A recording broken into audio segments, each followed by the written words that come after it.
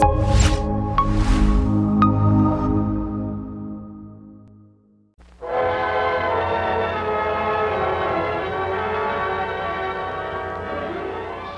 for Star Playhouse presents Dick Powell, Charles Boyer, David Niven, Ida Lupino. Charles Boyer in The Other Room.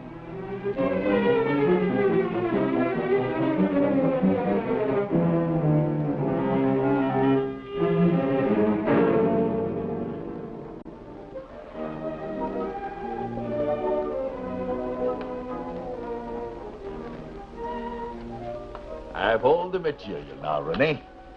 15 years of research. Good. Fine, Martin. I don't want to sound conceited, but I think I've found a whole new approach to the subject of Voltaire and the tradition of skepticism in French life and politics. That's very interesting. When are you going to start to write the book? Well, that's what I wanted to talk to you about. Will there be anything else, Monsieur Garvia? No, thank you. That's amazing. Only a week in New York. And you are already as well known here as in France. That waiter used to be at the Tour d'Argent. Oh, the Tour d'Argent. Remember, René? What? The day we passed our final exams. You and I and Marcel and the others. Why, we'd saved our money for months for that one dinner there to celebrate. That's right, and you made a speech. How we all looked up to you in those days. You were first in the class, and I was, let me see, the 28th. What has happened to you? What do you mean? You're like a different man. You're not like the Martin Blanchard I used to know. When you walked in here this evening... You mean I've changed a lot? I know I have. You don't know what it's like to teach in a school like Vandover for 15 years. What boys that age can do to you. Why not leave that school then and write your book? You are a very successful man, René. It would mean so little to you. Only a trifling loan. If I could have just 1 year. You see, I've never had a chance to do what I wanted with my life. I've got to have it now. How can you say you've never had a chance? You were the most promising student in the whole of the university. Compared to you, I was nothing. I was ignored. No one believed that I would ever become famous. Well, perhaps it was a little easier for you. You had a wealthy family. It was no easier for me than for anyone else. I made my own opportunities, and I wasn't afraid to take them. Life is the courage to seize the moment, and no one can help you if you don't have that courage. I didn't mean... I'm sorry, Martin. It was wonderful seeing you again and remembering the old days. Yes, remembering. You don't think you could? No, Martin, I'm sorry. May I drop you anywhere? No, thank you. I've got to go back to that school. You'll be sure and send me a copy of your book when you finish it. I'll do that. Thanks for the dinner. And for the advice.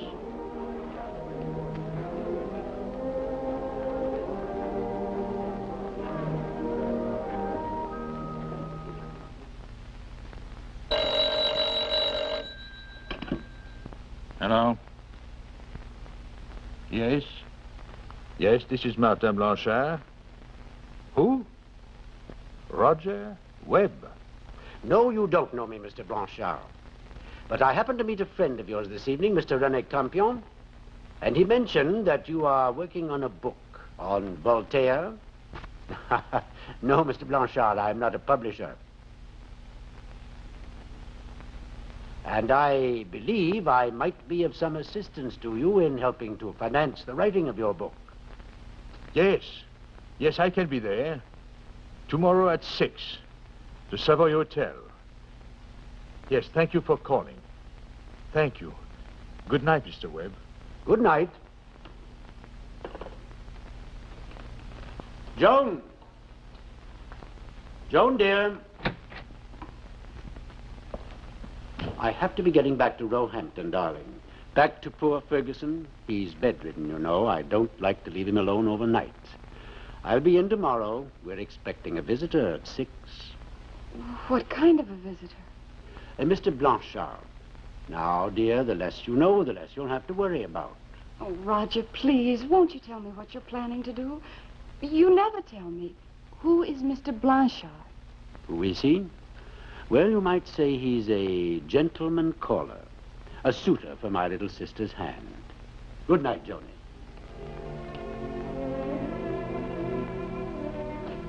Night. I can't think what's keeping Roger. He said he'd be here before 6. Should I come back some other time? Oh, no. Please wait for him. Thank you. You said you were a teacher? Yes? I once wanted to be a teacher. Oh, years ago. But I couldn't leave my brother. His health's never been very good, and he needed me. From my own experience, you've made a wise decision. You think I did? Yes. Except it's funny, isn't it? I never really made any decision at all. That's very often true. I just went on doing what I'd been doing all my life, listening to Roger. You see, my parents died when I was a child, and my brother brought me up. He even chooses my clothes. Oh, I'm chattering. I'm sorry. Mr. Blanchard, I'm sorry to have kept you waiting. Not at all. I see you and my little sister have been getting acquainted. That's fine. I hoped you would. I brought some notes on my book. I thought you'd like to see what I've done. Oh, I would very much. Joni, would you excuse us a few minutes? Mr. Blanchard and I have some business to talk over. Yes. It was very pleasant meeting you, Mr. Blanchard. Oh, don't say goodbye. You two are going to see a lot of each other from now on, if everything goes well. I hope so.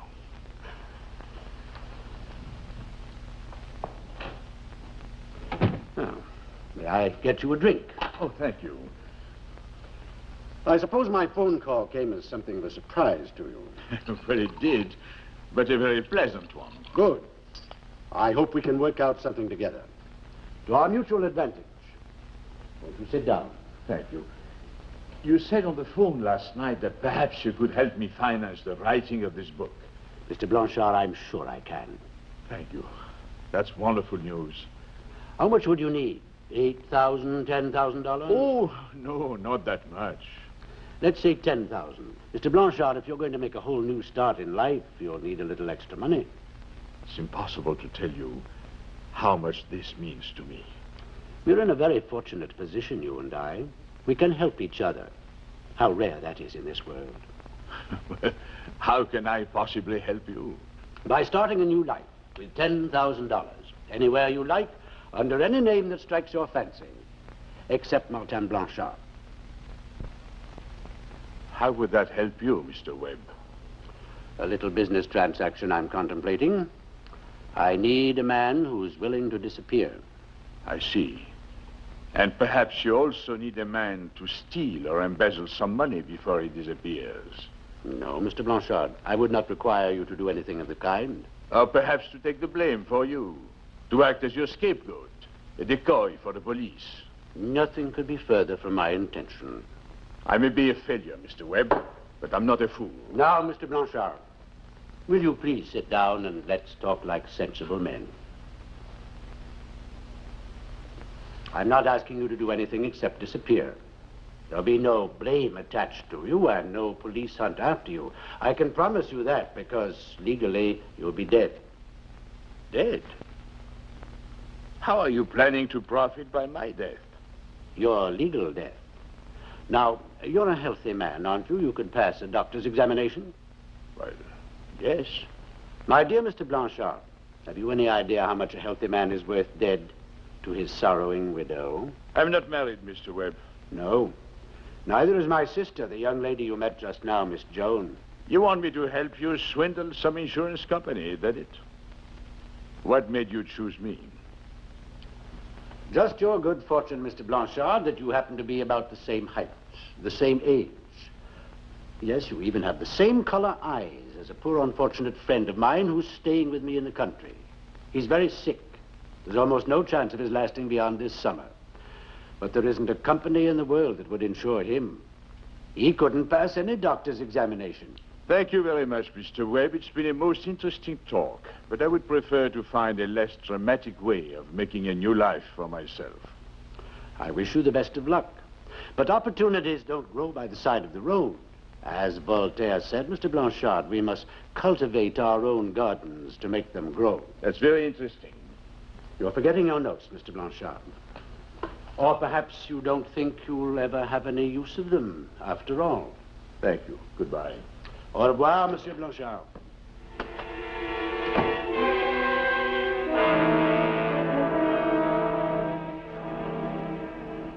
I'm not putting all the blame on you, Mr. Blanchard. Thank you, sir. But when two boys, Welch and Lorimer here, fail their entrance exams in the same subject, French, well, it's either the catcher's fault or the pitcher's, isn't it? I'm sorry? And you're the pitcher, throwing knowledge at their young heads. Or perhaps you threw too many curves and they couldn't catch the ball.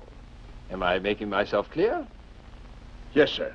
So I've had a talk with the boys' parents, and I've agreed to let Welch and Lorimer here stay on during the summer vacation and take special tuition in French from you, Mr. Blanchard.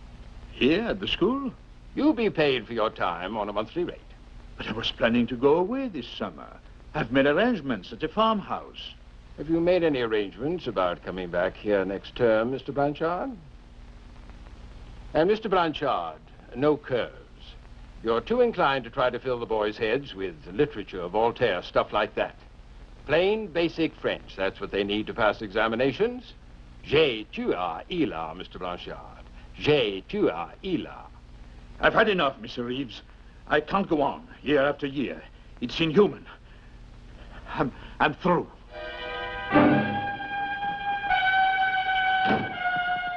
Mr. Webb, this is Martin Blanchard. But who is this man? The one you told me was dying. His name is Ferguson. He used to be my gardener. A poor, unfortunate man with no friends, no family to take him in, no one to care what happens to him or to claim his body when he dies. How can you be so sure this man will die? Oh, Mr. Blanchard, you mustn't think that of me for a moment. You may not regard my honor very highly, but I'm not a man to take a human life. Have you had a doctor for him? Yes, of course, but there isn't a doctor in the world who could help him. Poor Ferguson is sinking month by month. Does anyone know he's staying at your house? No one except the doctor and you and me, and my sister Joan. Very well. What do you want me to do first? Well, first we must welcome you into the family, Mr. Blanchard. It will be a marriage only in name, that is understood. Naturally. May I say I respect you for saying so. And your sister Joan is willing to marry me. You leave Joni to me. She won't even have to know what we're doing. I'll tell her that, yes, that you and I are going into a business partnership and that for tax purposes, let's say, the company must be kept in the family. She would believe that? She'll believe what I tell her.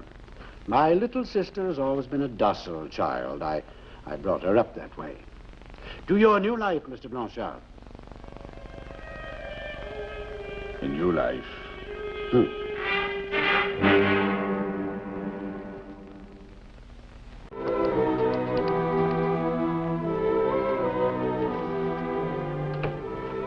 Joan? Joan? See what I bought. Paint, kitchen hooks, new light sockets, and this for your bedroom curtains. You bought the one I chose from the samples. Why, of course. Did you really like it the best, too? You have excellent taste. I'll start sewing them as soon as I've typed your chapter. Oh, the typing can wait until tomorrow. We have plenty of time.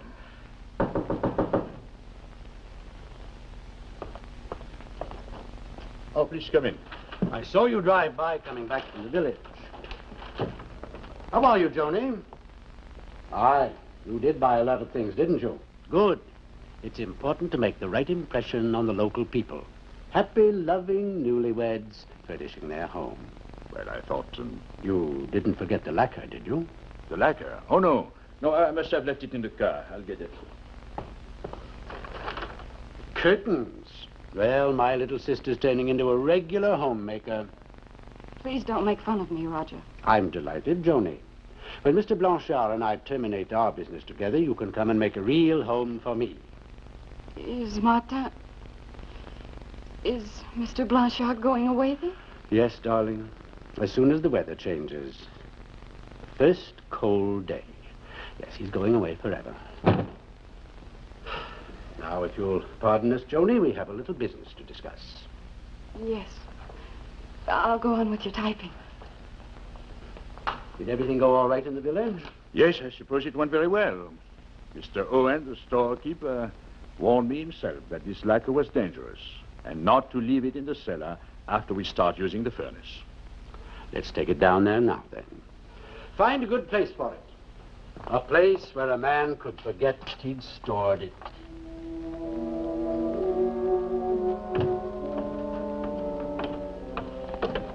And then suddenly remembers it one day when the furnace is lighted, comes down here to get it, and has an unfortunate accident reaching it off that shelf over there. A terrible, fatal accident. Of course, it will have to take place within half an hour of Ferguson's dying, so the time of death will look all right to the coroner. But how do you intend to bring the body here and to stage the explosion without Joan knowing? I'll make sure that Joan is away from the house when the time comes, and you too. You mean you won't need me?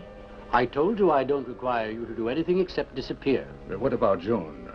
Will she think that... She'll think that you're dead, just as everyone else will. Oh. And when do you expect it will be? The poor fellow's sinking fast. I put him upstairs in the front room so he'll get the benefit of the sun. But I hardly expect him to last more than a month now. So soon? The sooner the better for you. Oh, yes, of course. I was only thinking of the insurance company. They might be suspicious. I've only had the policy for a few weeks. That could work to our advantage, too. A man who was trying to cheat them would be likely to wait a little longer. What about the furnace? Well, we're coming toward the end of summer. Be having cold snaps before you know it, and needing to light that furnace. Yes, I suppose so. Well, don't you worry about anything. I must be getting back to my patient now. He likes his supper early.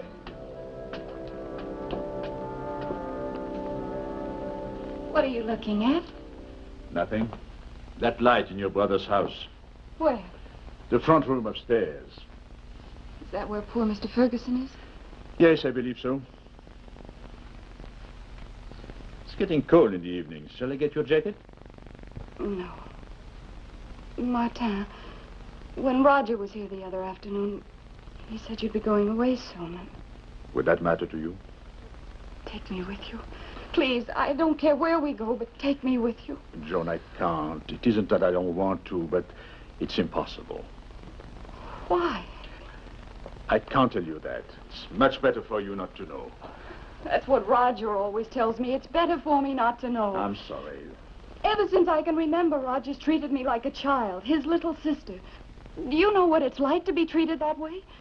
You think of yourself as a child, a silly little girl. But these last few months, you haven't made me feel that way.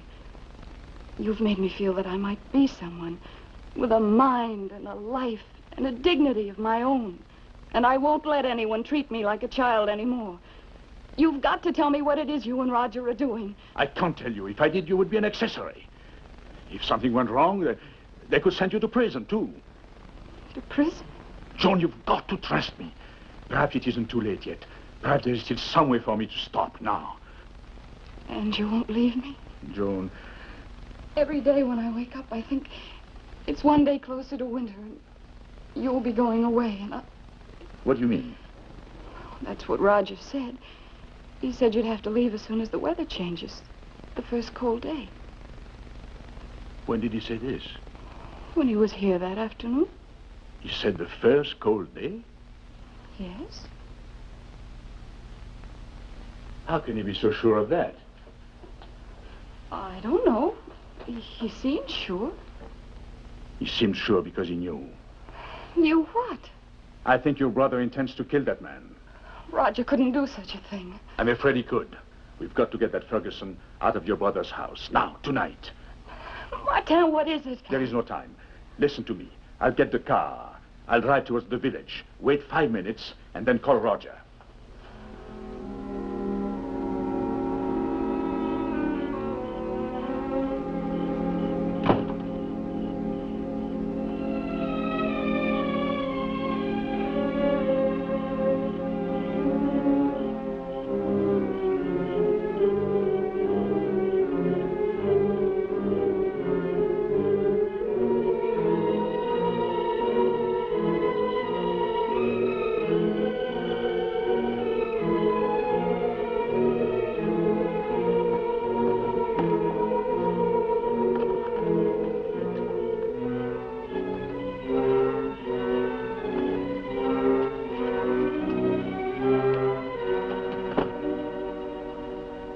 What is it, Joni?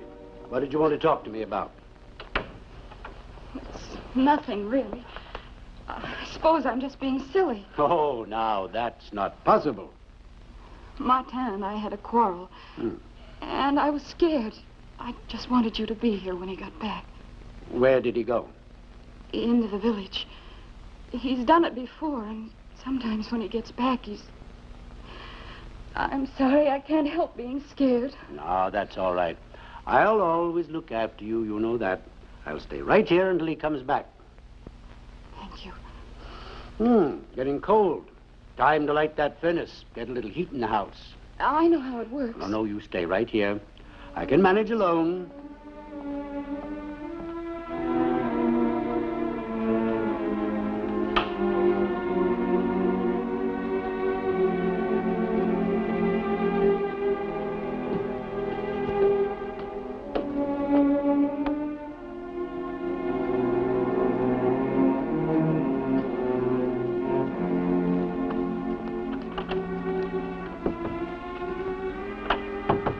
Mr. Ferguson, are you there?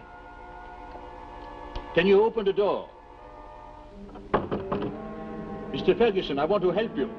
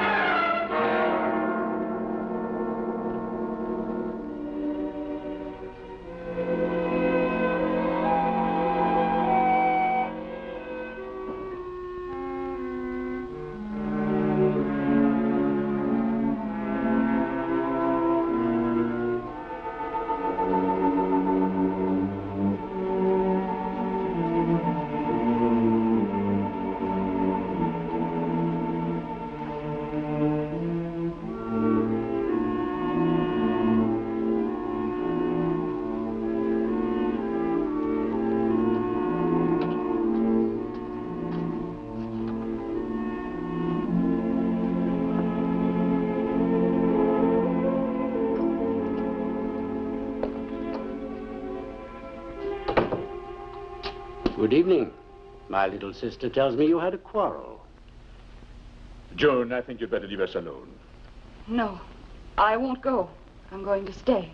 Very well. I just went to your house, Mr. Webb. Well, I'm sorry I wasn't home. I managed to break open the door. Oh, I see. And also the door of the front room upstairs, where you've been keeping such a patient death watch over your poor friend. Mr. Ferguson, your poor friend who never existed. Yes, I'm afraid I haven't been quite frank with you about that. But I can't tell you how real that poor man seemed to me sometimes. I was to be the victim of a real accident down there in the cellar, wasn't I? Yes, Mr. Blanchard. That was my intention right from the beginning. Very good. So now we're quits. I am under no further obligation to you. It's nice of you to say that. Joni, it's time for you and me to be going home. No, I'm not going with you. I'm staying with Martin. Joni. No. You don't know what you're doing. You can't stay here now. You can't. And why not? What have you done? Martin, the furnace. Roger was just down there. No, Joni, no!